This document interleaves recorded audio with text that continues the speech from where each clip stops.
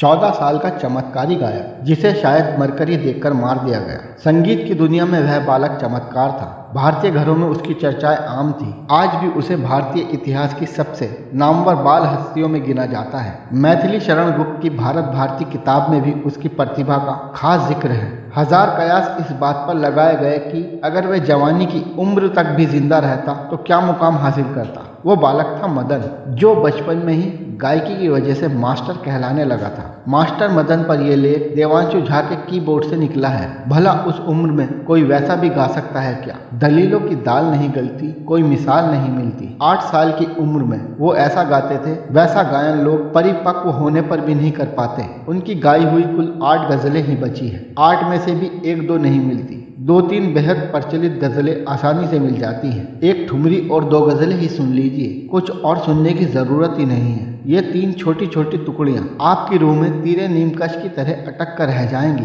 आप उन्हें भूल नहीं पाएंगे। पहली गजल यूं ना रह रहकर हमें तरसाइए, और दूसरी गजल है हैरत से तक रहा है जहां ने वफा मुझको। इन्हें सुनने के बाद आप तय कीजिए, क्या 8 साल के कंठ को कभी इस तरह से खुलते सुना है आपने?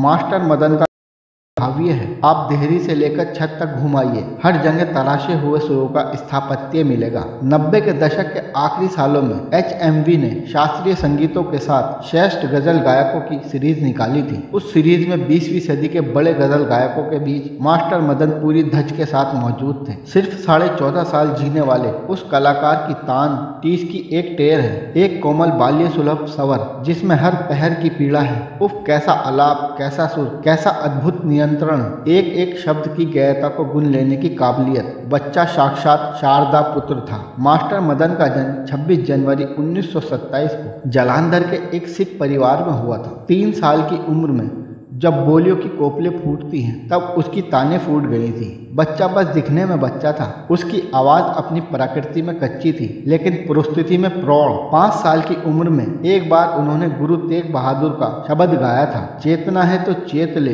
विडम्बना देखिए कि सुनने वाले अपनी सुध-बुध खो बैठे। 3.5 साल की उम्र में जब उन्होंने ध्रुपद शैली का गायन किया तो श्रोता उनकी लय, तान और सुरों को सुनकर स्तब्ध रह गए। लोगों ने मान लिया था कि गायन का एक नया सूरज उदय हो रहा है। मास्टर मदन अपने घर वालों के लिए पुरस्कार बनकर आए। जहां गाते वहां तोहफों की बारिश होने लगी। उनका पहला प्रदर्शन अखबार की खबर बना था और रातों रात मास्टर मदन गायकी की नई सुबह बनकर सबकी आंखों में उतर आए। शिमला में पहला प्रदर्शन होने के बाद वे वहीं रहने लगे। कुंदन लाल सहगल के साथ उनका गायन वादन होता था। एक कहानी विख्यात है। 1940 में एक बार गांधी जी शिमला गए थे, लेकिन उनकी बैठक में बहुत कम लोग आए। बाद में पता चले कि ज्यादातर लोग मास्टर मदन का गाना सुनने चले गए थे। 13 साल की उम्र आते आते वो मशहूर हो चुके थे और इस प्रसिद्धि में चुपके से उन्हें एक बीमारी घेर रही थी। सुमरद होते सुरों को सन्नाटे में संभालने वाला शरीर खाली हो रहा था। किसी ने इस बात पर ध्यान नहीं दिया था कि उन्हें थकान रहने लगी थी और हल्का बुखार घेर रहा था।